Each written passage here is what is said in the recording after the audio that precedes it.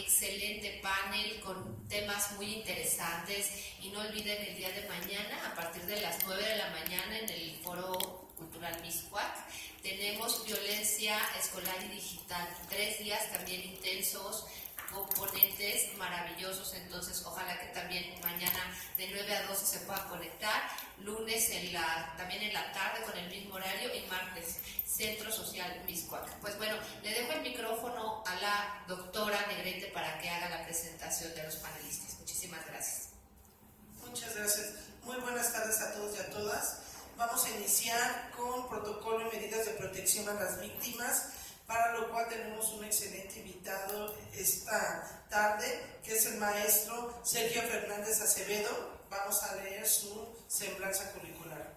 Es licenciado en Derecho por la UNAM, cuenta con maestría en Ciencias Penales en la Universidad de Patlato, maestrante en Derecho Procesal Penal, es docente de CIAM y expositor, y ha tomado diversos cursos en juicios orales en materia penal, en criminalística, práctica, criminología, política criminal en el INACIP.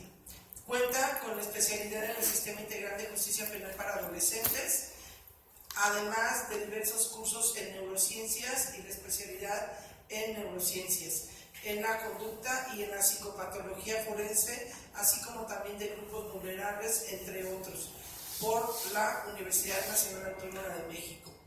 Le cedo el uso de la voz. Bienvenido.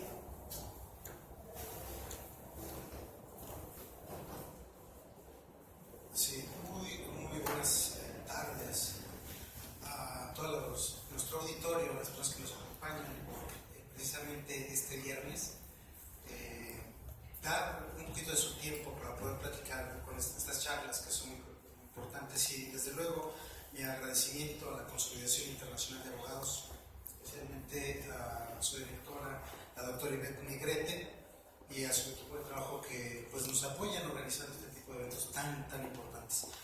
Y desde luego también a la titular, la maestra Lorena Ramos Hernández, de la Dirección de Igualdad Sustantiva de la Alcaldía de Benito Juárez, por abrir estos foros, sobre todo temas tan relevantes, la discusión sobre estos temas y sobre todo la difusión sobre esta temática, especialmente el análisis y la perspectiva que debemos de tener del tema de la violencia vicaria. Un fenómeno que desde luego hemos visto, sí, pero lamentablemente ha sido como que invisibilizado muchas veces por las instituciones. Desde luego un tema bastante importante, relevante, y que ocupa en este momento la atención de distintas autoridades, principalmente desde el ámbito legislativo, ¿sí?, de la Suprema Corte de Justicia de la Nación, que también ya ha hecho algunos pronunciamientos sobre esta temática, y desde luego nuestras autoridades desde el ámbito del Poder Ejecutivo. Reiteramos nuestro agradecimiento a la Alcaldía Benito Juárez por abrirnos este foro y la oportunidad de discutir desde luego estos temas. Aquí creo que el punto más importante es sensibilizar a la sociedad sobre estos temas, porque al final de cuentas es un fenómeno que se da dentro de la misma sociedad, y cuando es invisibilizado, cuando estamos habituados a este tipo de fenómenos, pareciera como si no ocurrieran, y creo que la preocupación debe ser absolutamente de todos, desde un nivel institucional y desde un nivel social.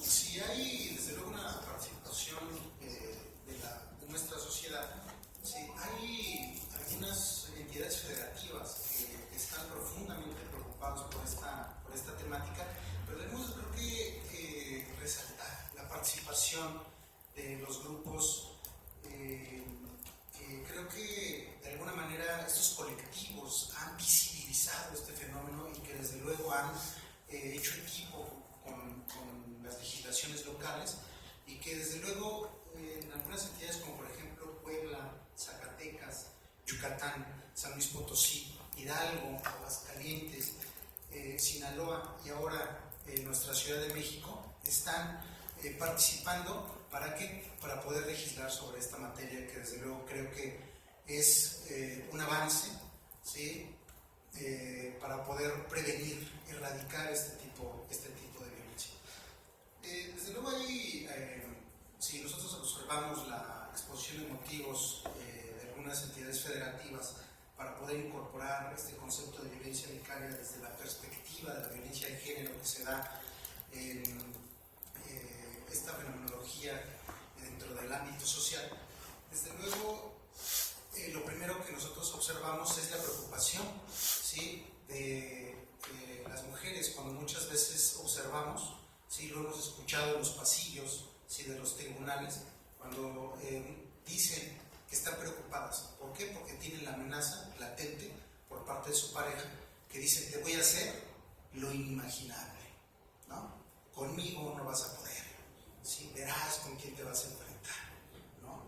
Y obviamente voltean a ver a sus hijos, que de alguna manera son el instrumento que utilizan, ¿sí?, para poder sensibilizar la parte más débil que tiene muchas veces la mamá, que es sus hijos, ¿sí? La preocupación por la seguridad, por la integridad psicológica y física de los hijos. Recordemos que a final de cuentas las madres son las que se preocupan por qué es lo que va a pasar con sus hijos. Muchas veces las mamás dicen: es que me los va a quitar, ¿no? Y obviamente ante las demandas y ante las amenazas de los señores y desde luego de los abogados, porque también participan en esta dinámica, ¿qué es lo que sucede? Pues obviamente las mujeres se encuentran a veces en una situación en la cual dicen: ¿y ahora qué voy a hacer? ¿Quién me va a proteger? ¿Por qué? Porque también existe la ausencia institucional. El deber de impartir justicia, precisamente, de verdad, congratulo y de verdad es un honor que nos acompañe la maestra María de los Ángeles Rojano Zabalza, porque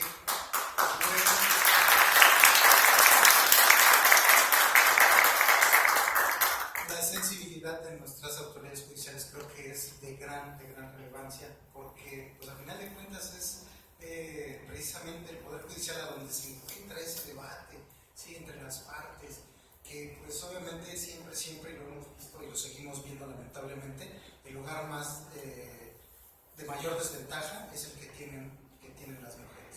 Desde luego, ¿qué es lo que tenemos que hacer? Pues obviamente, como parte de nuestro quehacer, de nuestro actuar como abogados, pues debemos de tomar una posición que debe de ser el lado sensible desde la perspectiva de género, y que obviamente nosotros debemos entender qué cosa es eso de la perspectiva de género, ¿no? Desde la construcción sociocultural que tenemos en el desarrollo, en el entorno de las sociedades, de las entidades federativas, pues desde luego vemos que existe un rol que atiende desde luego a una estructura patriarcal, a donde dentro de esa estructura patriarcal ahí observamos continuamente algunos autores especialistas en antropología social, en sociología, en criminología y desde luego en política criminal, advierten que hay determinados micromachismos, que cuando nosotros lo vemos en la dinámica dentro de los juzgados decimos: bueno, estos no son micromachismos, son machismos en toda la extensión de la palabra, ¿no?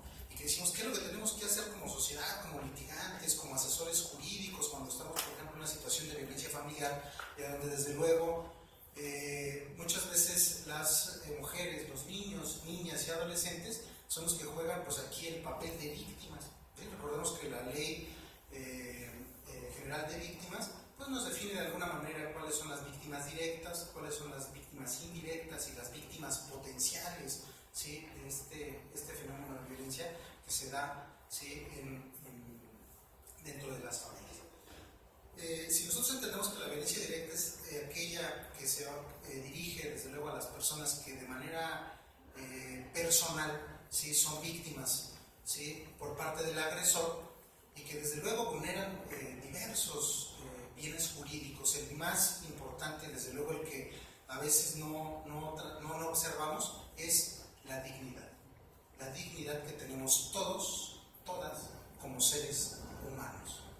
Y desde luego esta dignidad, ¿sí?, que muchas veces por la ausencia de instrumentos institucionales que son importantes desde el ámbito sustantivo y desde el ámbito procesal, ¿sí?, que deben de ser regulados, ¿sí? Esta regulación es de gran importancia. ¿Por qué? Porque muchas veces dentro de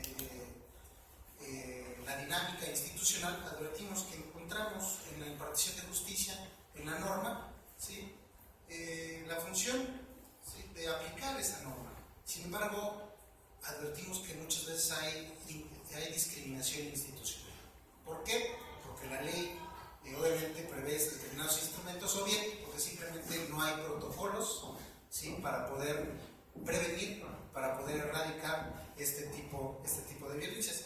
Desde luego, desde el marco normativo, desde el marco institucional mexicano, sí, hemos sido sentenciados, ¿sí?, por la ausencia de esos protocolos, por la ausencia de esa norma sustantiva, por la ausencia de esa norma procesal, y muchas veces, a pesar de que ya tenemos la normatividad, ¿sí?, no la tienen, ¿no?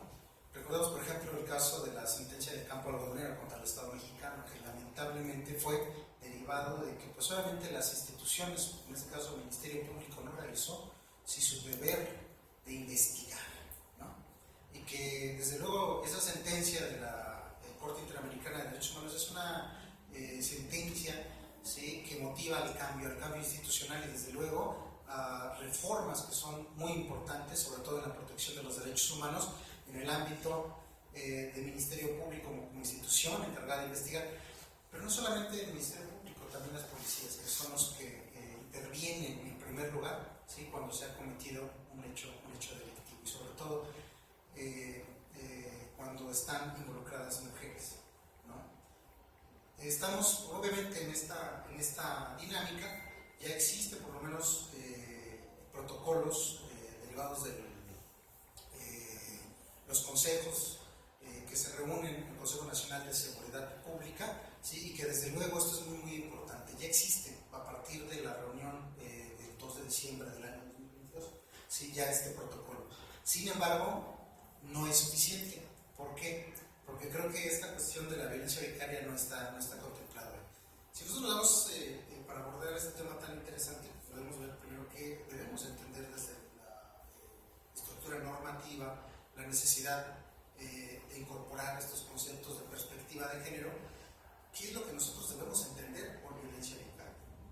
La violencia vicaria incluye toda aquella conducta realizada de manera consciente para poder generar daño a otra persona, ejerciéndose de forma secundaria, y estos actos van encausados a causar algún daño, algún dolor, ¿sí?, a una persona, ¿sí?, de manera secundaria. Aquí tenemos una problemática. ¿Por qué? Porque a pesar de que nosotros empezamos a ver de que la violencia se está dirigiendo de manera secundaria hacia la mujer, sí, también están involucrados los niños, las niñas, los adolescentes. Esta sensibilidad que nosotros debemos de tener para poder nosotros identificar esos actos de violencia, desde luego es relevante. La pregunta es, ¿y cómo lo vamos a hacer? ¿No? Porque lo vemos desde el contexto no solamente físico, sino psicológico, emocional, a donde los niños, las niñas, los adolescentes son testigos de esta violencia. Y nosotros decimos, bueno, si nosotros vemos que esta violencia que se genera o se manifiesta por interpósita persona, desde luego aquí tenemos pues nuevos conceptos que nosotros debemos de observar, ¿no?, principalmente como abogados, ¿no?, como asesores jurídicos, como jueces, como juezas, ¿sí?, como ministerios públicos. La representación social, desde luego, debe de tener pues, en mente que si existe este tipo de violencias, pues sí, bueno, ¿y dónde la vamos a encontrar? Desde luego, la violencia vicaria, si nosotros entendemos como aquella que tiene como objetivo dañar a la mujer a través de sus seres queridos, especialmente de sus hijas y de sus hijos, pues entonces el objetivo de control o de dominio que se tiene sobre la mujer, ¿sí?, el objetivo obviamente es a través de la parte más sensible, como lo había mencionado, que es lo que más quieren las mamás, que es a sus hijos, ¿no? ¿Y qué es lo que tienen? Se doblegan, se hincan, doblan las manos ante esta forma de manipulación que tienen pues obviamente los hijos. Hay algunas posturas que tenemos, desde luego, por ejemplo, la diputada Nancy Xochitl Macías, que es una de las voces del Estado de Aguascalientes, que desde luego ellas están preocupadas, principalmente, reitero, los colectivos tienen una participación muy, muy importante. Son los que empiezan a hacer ruido sobre este tipo de violencias y que desde luego han dado motivo a que muchas diputadas, senadoras, apoyadas por sus compañeros en nuestro poder legislativo, ¿sí?, empiecen a hacer iniciativas de esta naturaleza. Debemos de subrayar que la participación de la sociedad es de gran relevancia. Si no fuera por estos colectivos de protección de los derechos humanos, de colectivos feministas, de verdad, estos fenómenos quedarían invisibilizados y no los veríamos. Y es necesario, si nosotros vemos a través del contexto internacional, ¿sí?, principalmente en España, donde se ha discutido sobre este tipo de temáticas, ¿sí?, observamos algo que es, yo creo que muy importante, ¿no? ¿Cuáles son los protocolos que se deben de seguir para poder, en primer momento, los policías, ¿sí?, poder realizar medidas de protección, ¿sí?, hacia las víctimas? Porque lamentablemente, y lo hemos visto, ¿no? Si vemos, por ejemplo, que en algunos estados como Hidalgo, Jalisco, ya habíamos dicho que en Aguascalientes ya tenemos por lo menos una policía con perspectiva de género. La patrulla rosa, cuando llega, sí, obviamente va a tomar medidas para poder proteger a las víctimas directas y desde luego también indirectas de este tipo de violencia. Pues ella nos dice que la violencia pareciera que es unidireccional. Sin embargo, a veces vemos que también hay que proteger desde luego a los niños, niñas y adolescentes, ¿no? ¿Qué pasa con nuestros niños y adolescentes que son testigos de la violencia que ejercen en contra de su mamá, ¿no? A veces ellos pues quisieran decir no estamos de acuerdo, o ¿saben qué? Lo que estás haciendo, papá, pues está mal. El problema es que si no tienen obviamente los instrumentos de protección, o bien, ¿sí?, el Ministerio Público observa que hay este tipo de violencia, pues tienen que actuar, ¿sí?, de manera ex oficio, ¿no?, para proteger a las mujeres. ¿Y qué es lo que sucede en la realidad? Muchas veces los ministerios públicos observan, ¿no?, pero no pueden actuar. Precisamente ahí es a donde debemos de ver la necesidad de incorporar un protocolo. En esta tesitura de la violencia, pues decimos es que deben de haber lesiones. Sin embargo, hay lesiones que no se ven. La evidencia psicológica. ¿Cuál es la participación de los peritos, de los psicólogos, de los neuropsicólogos, de los psiquiatras cuando empiezan a ver este tipo de violencias? Pues desde luego tienen que actuar.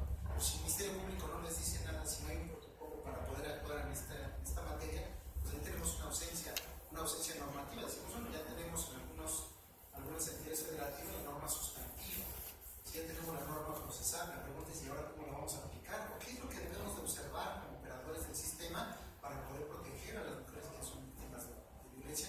Pues precisamente el protocolo, o los protocolos, que lo ideal sería que hubiera un protocolo nacional, ¿sí?, que ese protocolo nacional sí sea, pues obviamente, un esquema, ¿sí?, o un modelo para los protocolos locales, y que esos protocolos tienen que estar realizándose de manera periódica, porque de lo contrario, ¿qué vamos a encontrar? Pues una ausencia, y esa ausencia es una ausencia operativa. Entonces, si nosotros vemos que aquí entonces convergen ciertos principios: primero, la impartición de justicia con perspectiva de género, y segundo, que también es importante porque al final de cuentas son los instrumentos que utilizan estos violentadores, que son los hijos, ¿no? Y entonces aquí tenemos un principio, ¿sí?, que es el principio del interés superior de la infancia, previsto en nuestro artículo 4 constitucional, párrafo 9, y desde luego también en la Convención de los Derechos del Niño de 1989, en su artículo 3, en su punto número 1. Es importante que la actividad del Estado, ¿sí?, vaya encaminada precisamente a proteger el interés superior de la infancia, y sin dejar de observar desde luego la impartición de justicia con perspectiva de género para poder identificar esta violencia vicaria que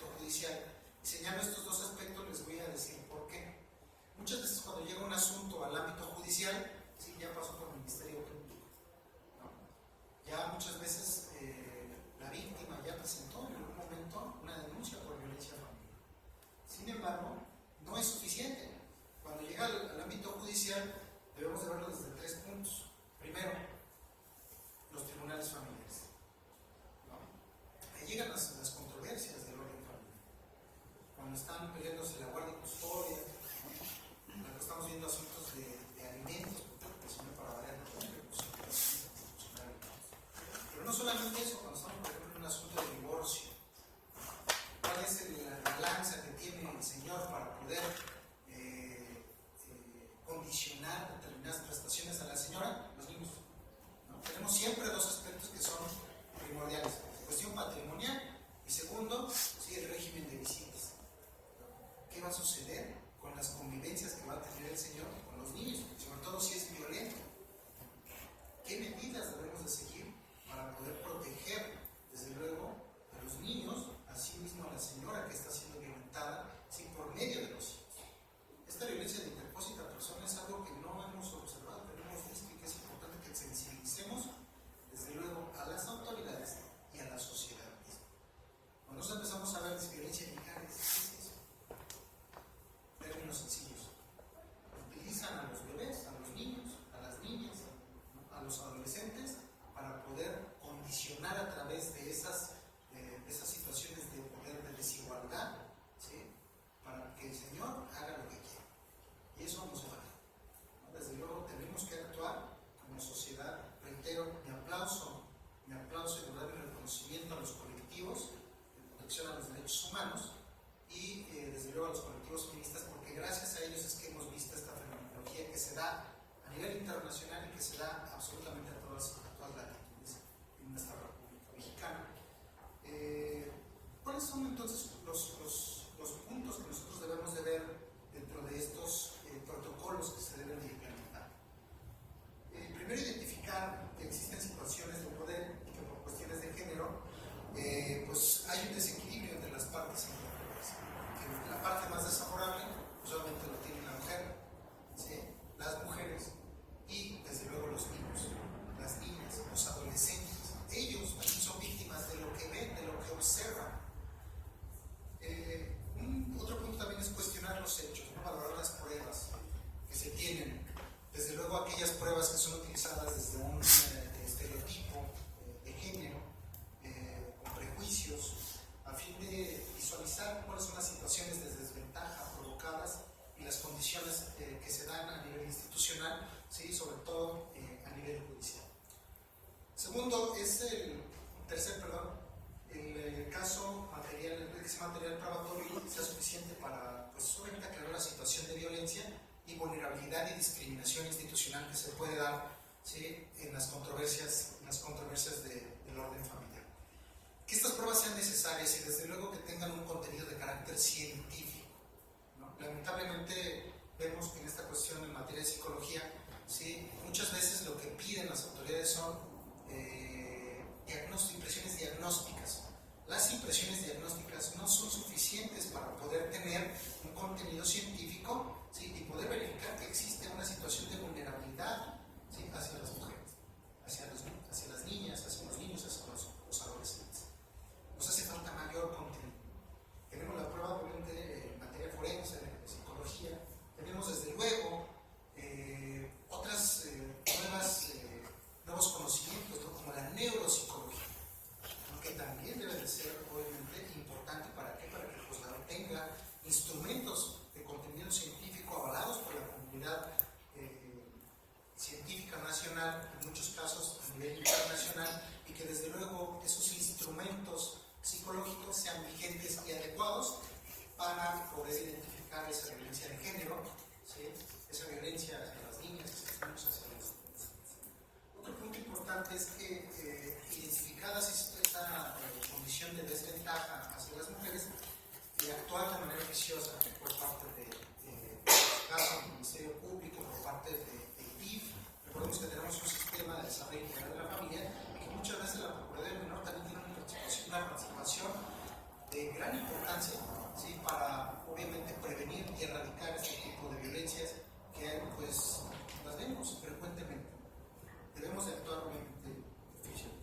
Otro aspecto importante es aplicar estándares de derechos humanos, ¿sí?, a todas las personas involucradas, porque desde luego hay ciertas situaciones en las cuales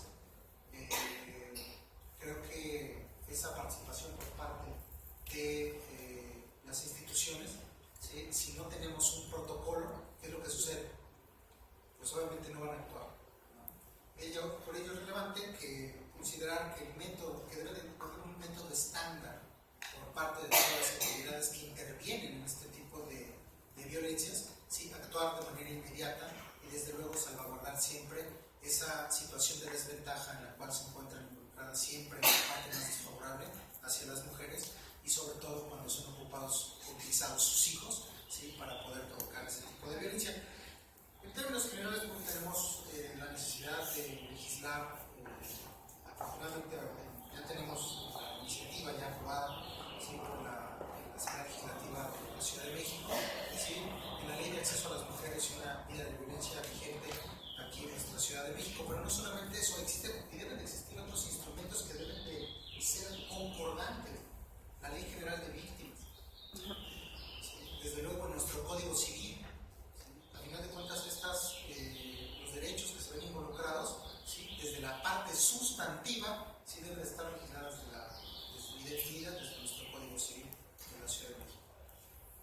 Hay algunas legislaciones, por ejemplo el Estado de Sinaloa, ¿sí? A donde incluso ya está tipificado como la pregunta que nos debemos de hacer: ¿qué es lo que debemos, cuál es el bien jurídico que debe de ser tutelado? Nada más el de las mujeres, sí, pero también el de los niños, de las niñas y de los adolescentes. Porque al final de cuentas ellos son víctimas indirectas, son observadores de este tipo de violencia, y desde luego tenemos que erradicarlo. Hay, como ya les había mencionado, el Consejo Nacional de Seguridad Pública tiene un protocolo para poder actuar, principalmente para poder prevenir y actuar de manera directa, ¿sí? De medida de emergencia cuando observan este tipo de fenomenologías, y desde luego las medidas de protección que deben estar reguladas y que ya están reguladas, pero sin embargo deben de ser precisadas en nuestra ley de acceso a las mujeres a una vida libre de violencia. El reto, ¿qué reto tenemos? El reto que tenemos como autoridades, como sociedad en general, como operadores del sistema de justicia en materia civil, en materia familiar y desde luego en materia penal, es reconocer que nuestro sistema jurídico, ¿sí? La figura de violencia vicaria como un tipo de violencia de género que se ejerce contra las mujeres, y así contar con un marco normativo que permita la prevención, la sanción y desde luego la reparación integral del daño a las víctimas, con independencia de si sean directas o indirectas. El fenómeno de la violencia vicaria es un fenómeno que no puede pasar desapercibido y que todos debemos de intervenir cuando veamos un tipo de violencia de esta naturaleza. Mi agradecimiento a la Confederación Internacional de Abogados y de nueva cuenta a los organizadores, a la Alcaldía Benito Juárez, desde luego a la maestra Lorena Ramos Hernández por abrir estos espacios y debatir sobre todo un tema que es no solamente de importancia, sino de preocupación de todos como sociedad. Muchas gracias, doctora Ivette Negrete, por la invitación, y desde luego a la magistrada María de los Ángeles Rojano Zabalza por compartir esta mesa esta noche, esta tarde. Muchas gracias.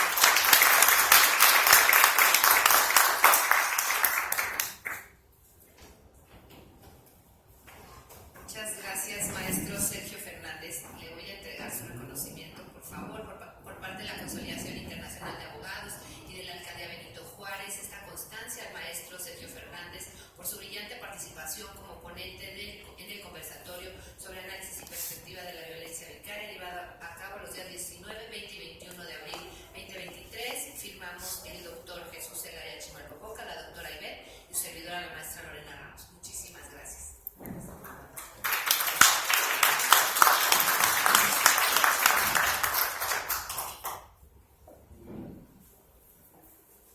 Muchas gracias.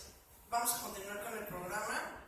A continuación tenemos el análisis y casos prácticos de la violencia vicaria y su resolución. Esta ponencia nos las dará la magistrada doctora María de los Ángeles Rojano Zabalza, licenciada en Derecho por la ENEP de Acatlán, maestría en Derecho por la Universidad Nacional Autónoma de México, maestría en Derecho Civil y Familiar por la Universidad Autónoma de Barcelona, cuenta con doctorado por el Colegio Universitario del Distrito Federal, fue visitadora de la Procuraduría General de Justicia del Distrito Federal, fue proyectista, fue secretaria de Acuerdos y actualmente es magistrada de la Sexta Sala Civil del Tribunal Superior de Justicia, ahora Poder Judicial de la Ciudad de México. Sea usted bienvenida en este regreso de la voz. Gracias. Gracias, doctora Ivette Negrete. Grato para mí estar esta noche con ustedes. Me voy a permitir hablar un poco fuerte porque creo que nuestras bocinas deben de demostrar lo que nos trae aquí. El grito de ayuda, el grito de ansiedad de cuántas mujeres hay. Inicio precisamente con un tema muy interesante, no solo cómo vamos a juzgar. Miren, me voy a permitir presentar algunas transparencias importantísimas. La violencia. Estamos acostumbrados, y ya nos dijo el maestro, la definición literal jurídica que ha sido aceptada por todos. Pero para nosotros es más conocido y común la violencia física. ¿Por qué? Porque deja huella, porque deja marca. Sin embargo, es más dolor, más conflicto aquellas violencias que son emotivas, aquellas que dejan marca no solo en nuestro sentimiento, sino también en aquellos pequeños, que son los que más consecuencia jurídica existe por cuanto al daño, y de los cuales, desgraciadamente, en muchas ocasiones no nos hemos ocupado. También mi maestro habló sobre las víctimas directas e indirectas, pero ¿quién se ha ocupado de esos menores? El interés superior del menor, cierto, juzgado, considerado, pero ¿cuántas veces ha sido manipulado ese menor? Ha sido agredido o incluso ha sido utilizado como una herramienta en contra de sus propios padres. Generalmente hablamos de la mujer. ¿Por qué? Porque ha sido el grupo vulnerable, porque ha sido aquella que está bajo un techo de cristal y que buscamos romper. Sin embargo, no se ha logrado y estamos apuntando a ello. Importante es, siguiente transparencia. Aquí traía yo un pequeño video para mostrarles la definición de lo que es violencia, que se aceptó precisamente en la celebración del Día Internacional de la Eliminación de la Violencia contra la Mujer. Pero no quiero agotar ni perder tiempo, solamente lo dejaré como un precedente. Después tenemos la violencia, siguiente transparencia. Aquí traté de equilibrar y que ustedes se den cuenta. Hombre y mujer deben de estar a la par. La voz de la igualdad la marcó un personaje distinguido en la magistratura de Estados Unidos. Pero nosotros, en México, todavía nos falta por marcar esa igualdad. Ese lenguaje no incluyente nada más, sino de trato justo y necesario. Siguiente transparencia. Aquí tenemos a los tres. El punto, rubro, en donde encontramos al hombre y a la mujer. Pero tenemos a ese pequeño que siempre ha sido dolido y que ha sido olvidado. O que otras veces se ha convertido precisamente en el verdugo de la familia, por conducta y por consecuencia de esos padres malintencionados. Siguiente, la violencia vicaria. Ahora tenemos un concepto, un nuevo término, paradigma, pero lo conocemos, lo hemos vivido y sufrido, pero no lo hemos tenido literalmente entendido por todos. Término acuñado, ya lo dijeron ayer y ayer algunos compañeros, acuñado por una argentina, desbocado y atesorado en España y en México como una innovación, cuando lo hemos tenido arrastrando por años. ¿Cuántas veces esos niños han sido sometidos? ¿Y cuántos de nosotros como adultos seguimos con ese trauma que quizá dejaron nuestros padres? Es una evolución cultural, nos dicen, y tenemos que entender el término. Sin embargo, es una nueva conceptualización que tenemos que atender, jurídica y socialmente. El caso que me trae, una mujer ese varón tenía más de 5 mujeres. Obviamente era solo una esposa o una pareja reconocida. Sin embargo, las otras 4 reconocidas por una sociedad antiquísima como las capillitas. Pero ¿qué pasa? ¿Qué pasa cuando ella se sale del hogar? Ella es cruelmente rechazada por la sociedad. No obstante, que ese marido era el villano. Sin embargo, no venimos a etiquetar, venimos a entender y a ver que no es culpa, es responsabilidad de todos, pero principalmente de nuestra sociedad. El ámbito cultural, ahí lo vemos. Aceptamos diferentes creencias, diferentes razas y ahora las igualamos. Pero un hombre y una mujer, ¿los tenemos en igualdad de circunstancias? Igualdad de oportunidades, porque a esa mujer se le juzga como una meretriz, por decirle de algún momento elegante o palabra bien aceptada. Sin embargo, todos conocemos el término que se le aplica en la sociedad. Y en cambio ese hombre, es un don Juan, es reconocido como un caballero y galán. Siguiente, tenemos las clases de violencia. ¿Y por qué las incluyo en este caso jurídico? Porque no solo era la violencia física, era la violencia emocional, la violencia económica y la violencia social, el rechazo que en muchas ocasiones, incluso la mujer injustamente se considera culpable. Todas lloramos porque todas lo sentimos, ¿sí? Pero aquí viene lo importante, nuestra violencia vicaria. Siguiente concepto, tenemos que atender a esas mujeres, su demanda, en la cual escuchaba yo ayer al ponente y decía, la argumentación no es correcta. El Ministerio Público anotó lo que él quiso. Señores, tenemos que vigilar, abogados, juzgadores, pero principalmente los que sucedemos en los hechos, que se precise de manera clara y precisa las palabras, el dolor, pero sobre todo los elementos de prueba que pueden ser justificativos y que no estamos acostumbrados a vertirlos o a verterlos, pero sí a valorarlos, y se le exige al juzgador que lo haga. ¿Cómo lo va a hacer si no lo acompañamos a la justicia? Si no lo acompañamos a esa demanda de reclamo. Señores, hagámoslo bien, enseñemos desde la primaria, y yo diría preprimaria, el concepto de lo que es la violencia vicaria. ¿Para qué? Para que nuestras niñas, niños y adultos que lo han sufrido no se vean sometidos a esa incongruencia legal.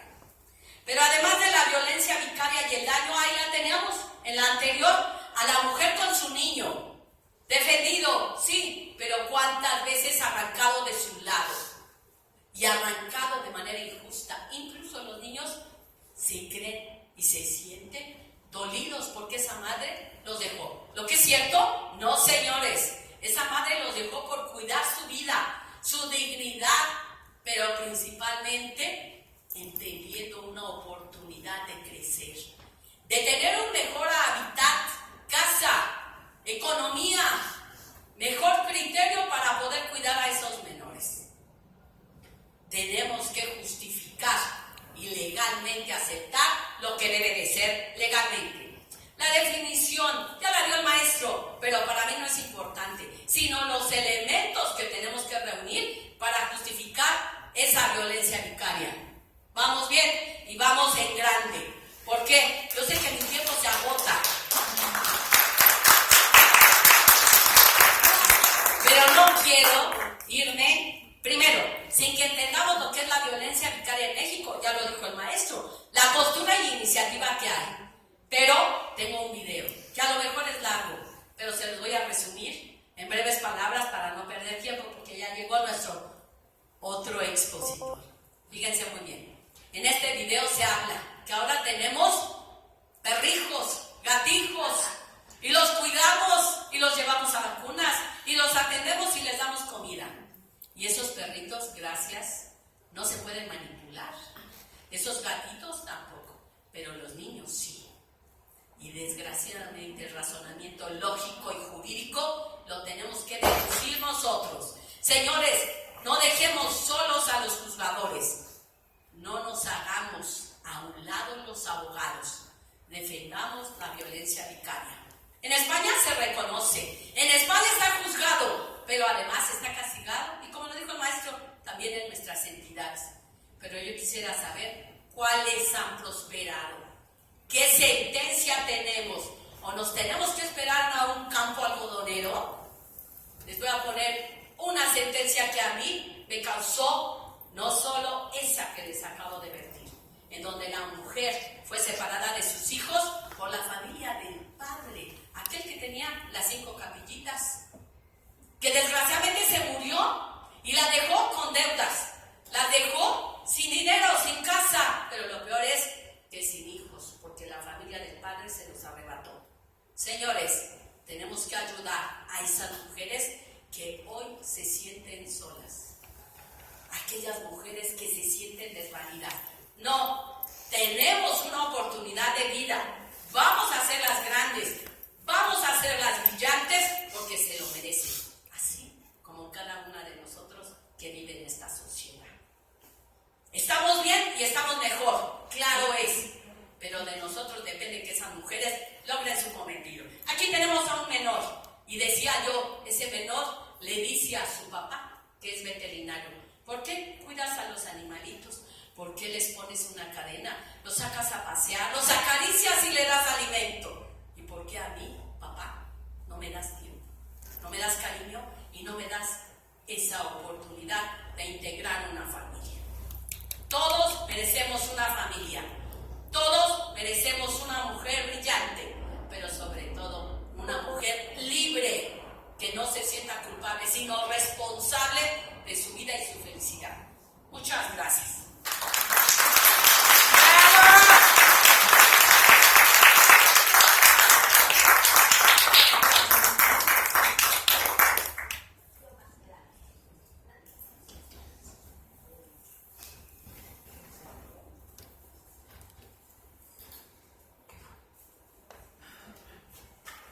No, pues es que el tiempo no nos alcanza, tenemos que buscar más días, ¿verdad? Y este tipo de expositores tan brillantes, ¿no? Me deja fascinada de nada más de escuchar a la doctora, a nombre de la Consolidación Internacional y de la Alcaldía, una constancia por su brillante participación, y acompáñenos más seguido. Muchísimas gracias.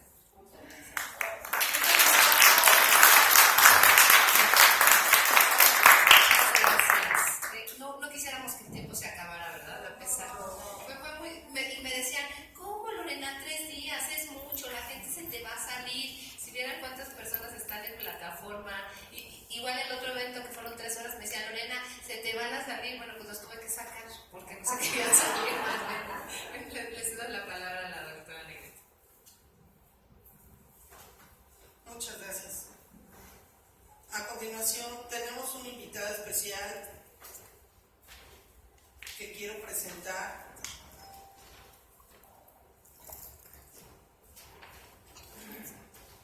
Y digo especial porque lo estamos recibiendo con los brazos abiertos al país de Colombia, país hermano, y es un honor para nosotros tenerlo aquí entre todos nosotros, al maestro William Enrique Velázquez Barrios. Él es abogado de Colombia, por supuesto, maestrando en Ciencias Jurídicas y Sociales por México, investigador adscrito a Colciencias, docente universitario en Corporación Universitaria Americana y el Instituto Centro de Sistemas System Center, y la Secretaría Departamental Educación, conciliador en Derecho ante SICAC del Ministerio de Justicia de allá de Colombia y del Derecho además de ser asesor jurídico en diversas entidades territoriales en Colombia. Le doy la más cordial bienvenida y les abrazo de la voz. Bueno, me siento muy complacido estar hoy en este honorable panel con distinguidos conferencistas que he tenido la oportunidad también de escuchar sus visiones sobre este tema que hoy es de gran importancia para prevenir la violencia contra la mujer, que tal vez es el eje central de la violencia vicaria. Bueno, como les había comentado en la presentación que se me realiza, pues vengo de la ciudad de Barranquilla, del departamento del Atlántico, Colombia. Actualmente me desempeño como docente de la Corporación Universitaria Americana, igual la institución Centro de Sistema Assistance Center, y soy conciliador en Derecho Escrito ante el Ministerio de Justicia y del Derecho de Colombia. Igualmente abogado litigante, y bueno, pues para hacer una breve presentación, el tema que quiero pues exponer es la violencia vicaria, efectos y prevención.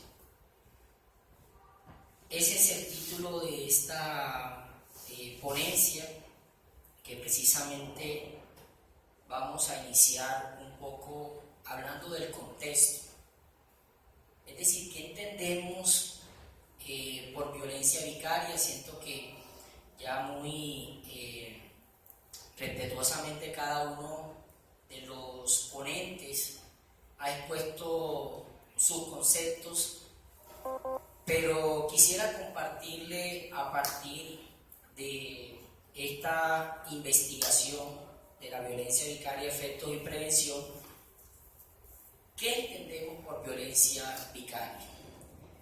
Entonces sabemos que la violencia vicaria es un tipo de violencia que se ejerce sobre una persona a través de sus seres queridos o personas cercanas. Es decir, dentro de la dimensión de la violencia de género, esto es una violencia indirecta.